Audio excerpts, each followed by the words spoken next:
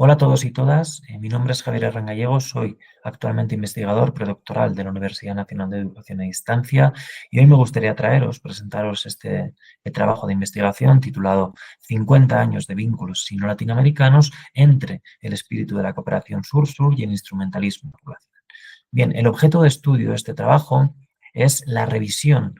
de la evolución de los 50 años de relaciones entre China y América Latina y el Caribe a partir de dos esquemas, a partir de dos marcos concretos. Por un lado, las lógicas normativas de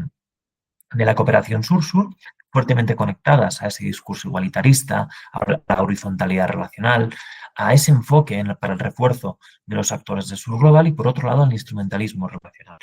que puede entenderse a partir de la lógica utilitarista, es decir, el desarrollo de las relaciones para obtener un fin concreto. Y ese fin concreto normalmente se conecta o se articula con el interés de un único actor. A partir de esta triangulación se han identificado 4 etapas relacionales que vamos a ir desarrollando, vamos a ir presentando para poder desgranar, para poder entender y conocer cuál es la intensidad de cada uno de estos enfoques, de estos esquemas en cada una de las etapas relacionales. Bien, comenzando por la primera etapa relacional, año 1970-1976, la tipificamos en este trabajo como la etapa de la formalización diplomática. En este sentido, van a existir determinados factores que van a coadyuvar, que van a consustanciar este primer acercamiento. Por un lado, en el caso de China, la ruptura total con la Unión Soviética en el año 1961, recordemos también la mejora de las relaciones bilaterales China-Estados Unidos,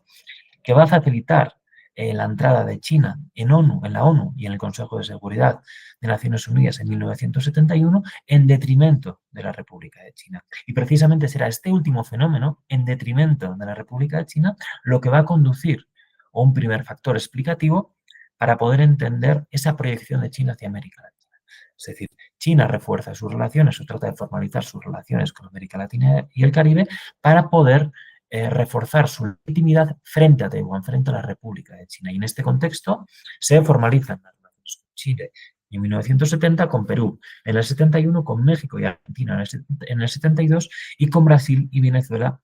entre otros, en el año 1974. También hay que tener en cuenta la naturaleza de esta proyección relacional. Recordemos que China va a participar en la conferencia de Bandung a través de Zhou Enlai en el año 1975. Se van a presentar los 5 principios de la coexistencia, no conectándose a esas lógicas normativas de la cooperación sur-sur y tratando de perfilarse como un actor del sur global. Sin embargo, no va a participar de esa primera conferencia o esa primera cumbre de Belgrado en la que se constituyen en los países no alineados, pero va a dar legitimidad a esa figura de China como partícipe de la cooperación sur-sur en la presentación de la teoría de los 3 mundos, sobre todo en el año 1974 o a partir del año 1974 con la presentación de esta teoría en Naciones Unidas por Deng Xiaoping. También me gustaría rescatar las palabras de Zhou Enlai para poder entender mucho mejor, para poder tener una visión mucho más amplia de esta primera etapa relacional. Ahí vemos al canciller chino en la conferencia de Bandung en 1955 y esas palabras. El chauvinismo de las grandes potencias constituye la herida mortal de Estados Unidos y la Unión Soviética, que simbolizan, por un lado, ese distanciamiento, ¿no?, de China de la Unión Soviética, de las lógicas hegemónicas, bipolares del sistema internacional, y se conecta o trata de acercarse a esa formalización de la cooperación sur-sur, es decir, acercarse, tratar de tener cierta afinidad política con los actores de sur. Hay que tener en cuenta también que esta naturaleza o este fuerte discurso, esta fuerte presencia de China en el sur global, también se va a complementar en esta primera etapa relacional con América Latina y el Caribe a partir del instrumentalismo relacional, ya que China se proyecta hacia América Latina y el Caribe para reforzar su legitimidad, su presencia frente a Taiwán, frente a la República de China. Bien, la segunda etapa relacional, entre 1976 y el año 2000, se podría etiquetar como de avance limitado. En ambos actores, dentro de ambos actores, van a ocurrir determinados cambios que van a explicar precisamente esta falta de avance. En el caso concreto de China, el cambio de liderazgo tras la muerte de Mao Zedong y la llegada de Deng Xiaoping en el año 1976 va a modificar la propia idiosincrasia dentro, pero también hacia afuera del país, ¿no?, a partir de lo que muchos académicos han conceptualizado como el término de open up, ¿no?, de apertura. Y esto implica o implicó en política exterior la búsqueda o la prioridad de la búsqueda de relaciones con actores que vayan a contribuir al crecimiento económico de China. De nuevo, muy enfocado en mejorar las relaciones con economías desarrolladas, es decir, con economías occidentales, basado en ese concepto de instrumentalismo relacional. Respecto a América Latina y el Caribe, este concepto, este enfoque de instrumentalismo relacional va a tener cierta continuidad. Recordemos que China va a reconocer de facto el gobierno de Pinochet en el año 1973 y de una manera parecida va a hacer lo mismo con Videla en el año 1976. Es más, hay un dato interesante que es Videla precisamente se convertiría en el primer presidente latinoamericano en visitar China en el año 1980. Con la llegada de Jiang Zemin en el año 1989, si bien se van a recuperar tímidamente las visitas a alto nivel, ¿no? Año 93, año 97 y mucho más importante en el año 2001, se va a seguir dando cierta continuidad al instrumentalismo relacional a partir de esa lógica pragmática, a partir de ese enfoque en el pragmatismo económico, que va a dar como resultado eh, la firma, el acuerdo con Brasil sobre la asociación estratégica en el año 1993. En el caso de la región latinoamericana, esta falta de avance se va a articular, se va a triangular a partir de una homofonía estructural regional, ¿no? La figura de Estados Unidos se va a convertir en el ente supremo, en la referencia en cuestiones políticas, no solo hacia adentro, también hacia afuera, en cuestiones económicas, en cuestiones culturales. También, además, múltiples actores nacionales se van a adherir y van a aplicar las políticas neoliberales del consenso de Washington a partir de los años 70 y va a dar como resultado lo que múltiples académicos y académicas han denominado como la década perdida a nivel regional. Bien, ya enfocándonos en la tercera etapa o avanzando en la tercera etapa relacional, esta va a venir facilitada por una serie de transformaciones que se van a dar en tres niveles, en los niveles nacionales, en el nivel regional y también en el global. En el caso de América Latina, la llegada al poder de líderes como Hugo Chávez, como Evo Morales, como Néstor Kirchner, entre otros, y caracterizados, ¿no?, por una postura revisionista, una visión crítica hacia el orden global liberal y Estados Unidos en particular, y de nuevo, por ese acercamiento, por esa orientación identitaria vinculada al sur global, va a favorecer que China sea percibida, que la China comunista sea percibida como un actor necesario en la reconfiguración nacional, regional y global, ¿no? Por su parte, China va a estar atenta a esta posible reconfiguración regional y va a intensificar su presencia diplomática. Como hemos dicho previamente, en el año 2001, el presidente Jiang Zemin va a realizar una gira de 13 días por América Latina y el Caribe, va a marcar un punto de inflexión porque establece una base relacional, digamos, un contexto de mutua confianza que va a facilitar que tras la llegada de Hu Jintao en el año 2002 se den decenas de intercambios políticos de alto nivel. Hay que tener en cuenta que este proceso, esta nueva conectividad o esta mayor conectividad va a ser posible por el propio contexto internacional posterior a los atentados del 11 de septiembre de 2001, en el que Estados Unidos se va a concentrar o va a concentrar toda su atención en la llamada guerra contra el terrorismo y China dejaría de ser percibida como una amenaza y más bien va a ser percibida por parte de Estados Unidos como un aliado potencial en dicho objetivo. No obstante, y de nuevo, el contenido y la naturaleza de esta tercera etapa va a continuar estrechamente ligada al intercambio comercial, ¿no?, a ese pragmatismo económico, a ese instrumentalismo relacional por parte de China. En el caso del intercambio comercial, va a experimentar un crecimiento exponencial. Desde el año 2002 hasta el año 2010, el comercio va a crecer a una tasa anual del 31%, aproximadamente del 31%. Y con esa misma naturaleza instrumental se van a firmar asociaciones estratégicas con Venezuela, con México,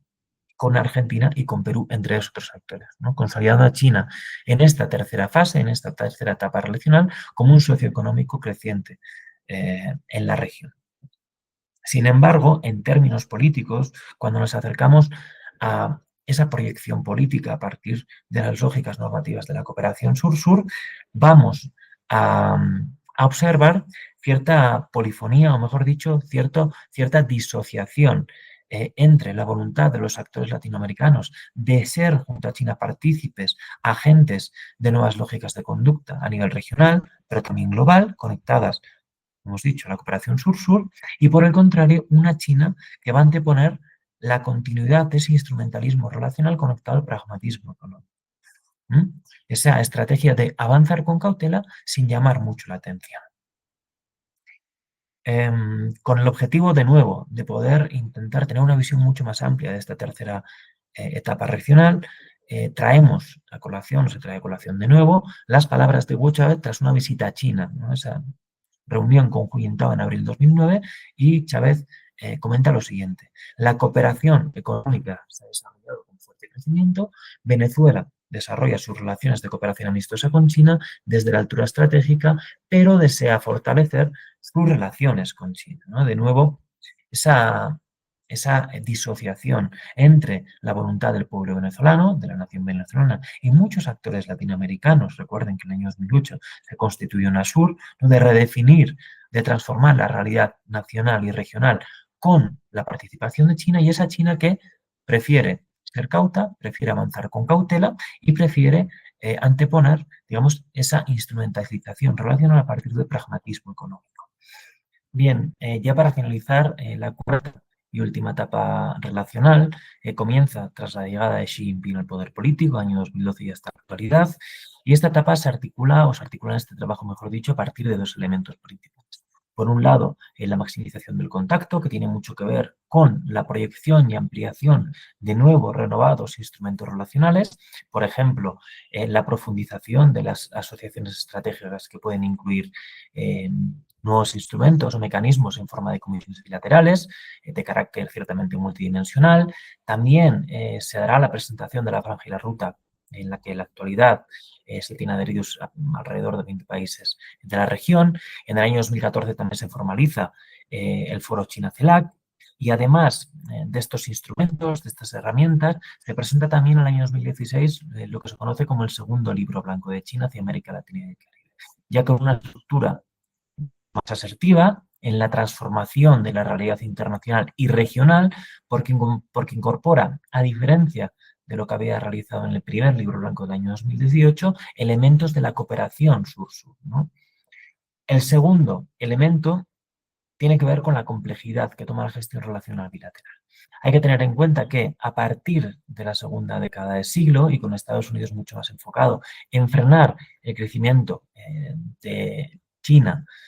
tanto en la región como a nivel global, aterriza en algunos países de la región actores no muy dispuestos a mantener estos niveles de profundidad relacional con China, ¿no? Por ejemplo, la llegada de Mauricio Macri en diciembre de 2015, con esa voluntad discursiva de cancelar los proyectos de infraestructura, la agresividad discursiva de Bolsonaro a sí mismo, ¿no?, hacia China, sobre todo a partir del COVID, el caso de Enrique Peña Nieto en México, tras la cancelación de las licitaciones del tren Querétaro Velocidad, que ganaron un consorcio chino, y por esa misma razón, porque era chino, se le canceló. Y en tal contexto, en este tan complejo contexto y sobre todo en este plural contexto que emerge en América Latina y el Caribe, China es capaz de emplear